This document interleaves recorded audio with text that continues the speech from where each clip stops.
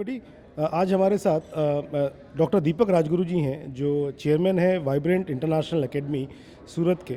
ये एक बहुत ही प्रीमियम इंस्टीट्यूशंस है अपने गुजरात स्टेट में। वी आर वेरी थैंकफुल दीपक भाई कि आप अपना टाइम निकाल कर इस इवेंट में आए। जी जी। एक्चुअली तो जहाँ पर भी शिक्षा की बात होती है चंदन जी, और पता चलता है कि कहीं पर अच्छी बात हो रही है तो वहाँ पहुँच जाता हूँ मैं। और आपने तो मुझे बुलाया है तो मुझे तो और बेहद खुशी हुई।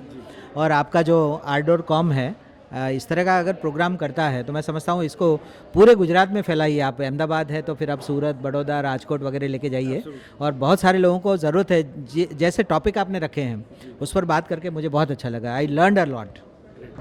I just witnessed your session sir. मुझे बहुत अच्छा लगा आपने जो मॉडरेशन किया, जिस हिसाब से ऑडियंस के साथ आप कनेक्ट हुए अपने ही एक अलग ही अंदाज में। मुझे सर ये बताइए कि स्कूल एजुकेशन में जो इतना सीरियस हो चुका है ऑनलाइन एजुकेशन को लेकर, ऑफलाइन एजुकेशन को लेकर, आपके हिसाब से एक बेस्ट एजुकेशन का फॉर्मेट क्या रहेगा सर?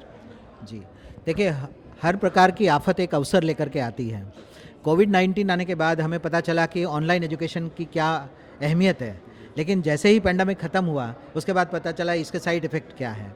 तो अभी ऑनलाइन ऑफलाइन के बीच में बहुत सारे चैलेंजेस हैं, लेकिन फिर से न्यू नॉर्मल के थ्रू, जैसे आपने लिखा है ऐसा, कि अब फिर से हम लोग सारे नॉर्मल सिचुएशन में आ रहे हैं। चैलेंजेस ये है कि बच्चे का स्क्रीन टाइम बहुत बढ़ गया है and they are not listening the parents. अभिभावकों की बात नहीं सुन रहे बच्चे। मेरे पास जितने भी बच्चे पढ़ते हैं उनके पेरेंट्स जब भी मिलने आते हैं तो कहते हैं सर इनको टीवी देखने से, टैब पर काम करने से या मोबाइल पर काम करने से हम रोक नहीं पा रहे हैं। अब उनको आदत पड़ गई है, दे आर एडिक्टेड। तो ये सबसे बड़ी चैलेंज है। तो इसको लेकर के बहुत सारी बातें मुझे लगता है कि काम होना चाहिए। जी। शिक्षा सर, एक रेगुलर शिक्षा जो है ट्रेडिशनल मोड ऑफ एजुकेशन, उसके अलावा एकेडमिक्स के अलावा खेल का या स्पोर्ट्स का एक स्टूडेंट के करियर में कितनी अहमियत है और पेरेंट्स और टीचर्स को उसको कैसे हैंडल करना चाहिए? सीधी सी बात है, हर बच्चा एक यूनिक बच्चा है। हर बच्चे के अंदर कोई न कोई परफॉर्मिंग आर्ट्स को लेकर के, स्पोर्ट्स को लेकर के, या कोई भी चीज़ ऐसी है, एक कला भगवान देता ही देता है। पेरेंट्स को चाहिए, अभिभावकों को चाहिए, और स्कूल टीचर्स को, स्कूल ऑनर्स को भी ये चाहिए कि बच्चे के अंदर की जो इनर स्किल है उसको आइडेंटिफाई करे, उसको प्लेटफॉर्म दे। आज दुनिया में देखिए, कबड्डी को कौन जानता था आज से 20 साल पहले, 15 साल पहले? ज़्यादा गांव के लोग। आज कबड्डी चाइना भी खेल रहा है, जापान भी खेल रहा है, इंडिया भी खेल रहा है, कोरिया भी खेल रहा है, और एक अब नेशनल से इंटरनेशनल गेम बन गया है। तो हर बच्चे के अंदर कोई स्किल है, अगर हम स्किल को निकालते हैं तो इतने सारे स्पोर्ट्स हैं। अभी आपने देखा होगा गुजरात में 36 नेशनल इवेंट्स हुए हैं हमारे स्पोर्ट्स के। इससे कितने सारे बच्चे मोटिवेट हुए हैं। तो पेरेंट्स जो भी इस बात को सुन रहे हैं वो अपने बच्चे को एक न एक कोई खेल से और एक न एक कोई कला से ज़रूर अपने बच्चे को जोड़ करके रखें। फॉर्मल एजुकेशन ही सब कुछ नहीं है, इतना याद रखें। करेक्ट, बहुत अच्छी बात कही सर आपने। सर, कुछ ऐसा केस स्टडी है, कुछ ऐसा एग्जाम्पल जो आपके लीडरशिप में वाइब्रेंट इंटरनेशनल स्कूल में किया हो during this difficult times of कोविड-19, ऐसा कुछ आप? बहुत सारी बातें, जैसे कि हम लोग एक मिड ब्रेन एक्टिविटी कराते थे बच्चों की। तो उससे क्या होता था कि ब्रेनिज़म डेवलप होता था।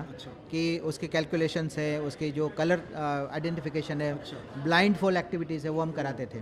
तो उससे क्या हुआ कि एक बच्चा अपने आँखों पर पट्टी बांध करके स्पीति वैली पहुँच गया, बाइक पर राइड करके। तो ये एक अचीवमेंट है हमारे। जीत त्रिवेदी उसका नाम है, हमारे वाइब्रेंट का बच्चा। तो उसने सबको मोटिवेट किया कि ऐसा नहीं है कि पढ़ने के अलावा क्या नहीं कर सकते हैं, बहुत कुछ कर सकते हैं। तो साइकिलिंग हमने करवाई, एनवायरनमेंट सेविंग के लिए बात करवाई, ऑक्सीजन डेवलपमेंट करने की बात करवाई। तो होम लर्निंग कैसे होता है, होम स्कूलिंग कैसे होता है, वो भी हमने सिखाया। और पेरेंट्स को हमने ये सिखाया कोविड में कि आप भी एक टीचर हो। स्कूल में पढ़ाने वाला टीचर जैसा होता है वैसा ही आप हो। आप भी अपने बच्चे के साथ ऐसी एक्टिविटीज़ करा सकते हैं, और इसमें हम बहुत सफल हुए।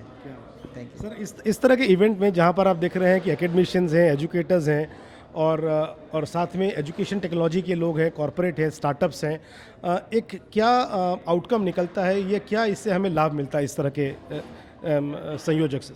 देखिए, हमारे देश के प्रधानमंत्री नरेंद्र मोदी जी का एक सपना है, आत्मनिर्भर भारत। तो जितने लोग अभी एजुकेशन से जुड़े हुए हैं, आप देख लीजिए, वो कॉरपोरेट्स है, स्टार्टअप्स है, अब प्री स्कूल से लेकर के आप देख लीजिए यूनिवर्सिटी तक लोग अपना इन्वेस्टमेंट लेकर के आ रहे हैं, अपना आइडियाज़ लेकर के आ रहे हैं। IITians, IIM के बच्चे अभी सोच रहे हैं कि एजुकेशन फील्ड में हम क्या काम करें।